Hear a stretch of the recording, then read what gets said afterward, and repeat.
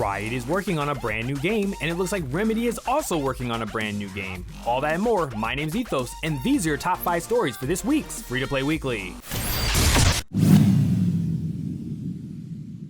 Coming in at number 5, Cobra Kai fans know that Season 4 of the popular show kicked off this past week, but what they might have not known, the new season is being celebrated with a brand new Fortnite crossover event. Players can don one of the 10 outfits inspired by Cobra Kai, Eagle Fang, and Miyagi-Do dojos. The outfits are tied to the characters from the shows and can be purchased from the game shop. If you want all of them, there is 2 bundles available. If, however, there's only one you really like, you can purchase them individually. And speaking of Fortnite, going into story number 4, as many of you already know, there's a bunch of battle royales out there with wacky skins and unrealistic weapons, but really what sets Fortnite's gameplay apart from the rest is its reliance on building as a mechanic and a vital strategy. However, something may be changing soon, and it's not Fortnite's presence on the App Store. Fortnite data miner and leaker HypeX posted on Twitter a couple days ago that a no-build mode would be coming soon to the game. Now, of course, sources are just, trust me, bro. To be certain, the building aspect of Fortnite is the primary feature and strategy that players have learned how to master, and seeing a highly skilled player erect a defensive fortification or build to the sky is impressive more than hitting a sick headshot.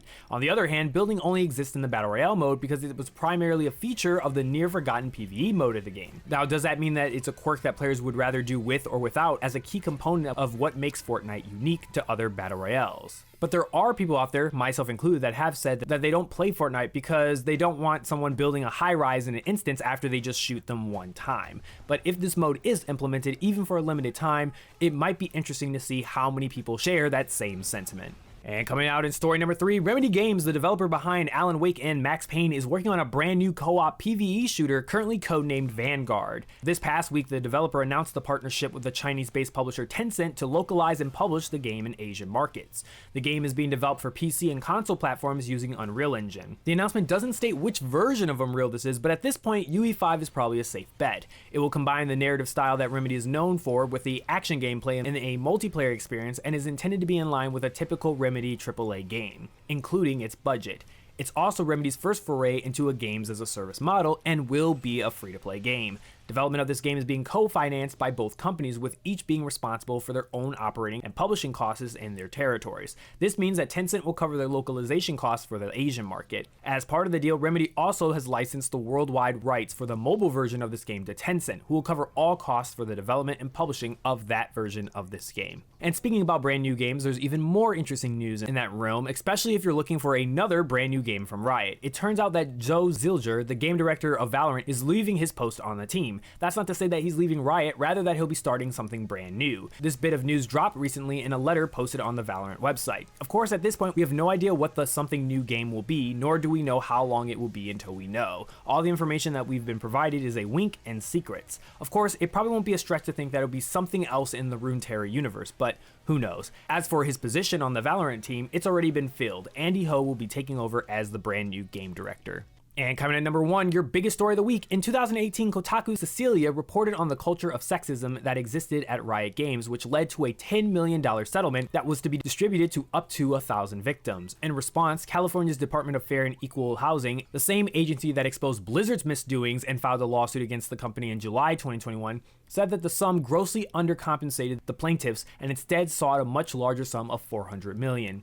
The final figure is somewhere in between. On Monday, the DFEH and Riot Games agreed to a $100 million settlement to be paid out to approximately 1,065 women employees and 1,300 women contract workers, according to the DFEH's press release. The agreement will settle claims jointly brought by the DFEH and California Division of Labor Standards Enforcement. The agreement also calls for a comprehensive injunctive relief in the form of workplace reforms, independent expert analysis of Riot's pay, hiring, and promotion practices, and independent monitoring of sexual harassment and retaliation at Riot California's offices for 3 years. A $6 million cash reserve for each of those years will be created to make pay adjustments and to fund diversity, equity, and inclusion programs. Other terms of the settlement include Riot making available 40 full-time positions to qualified class members and to hire and pay for independent third-party experts to monitor gender equality and compliance with workplace protections. Riot has already instituted a number of reforms, including hiring a chief diversity officer, better priority on communications, and the formation of employee resource groups. 3 years removed from the initial story that prompted this settlement, it feels like Riot has taken the necessary steps to restore trust in its workplace conditions, for its current and potential employees as well as fans. While it hasn't been the smoothest of sailings at all times, the company and its leadership have taken a humble stance that stands in stark contrast to the belligerence of Activision Blizzard and its executives, who could take a lesson or two away from how Riot has handled this affair. And that moves us to the question of the week. With the possible leak of Fortnite creating a no build mode, let me know in the comment section below if that would get you back into the game, or if it doesn't interest you at all, or would you stop playing if Epic did this? Let me know your thoughts in the comment section below. And these are your top 5 stories for this week's Free to Play Weekly. Don't forget to check out mmobomb.com for giveaways and the latest news. My name's Ethos, and I'll catch you guys later. Peace out, everyone.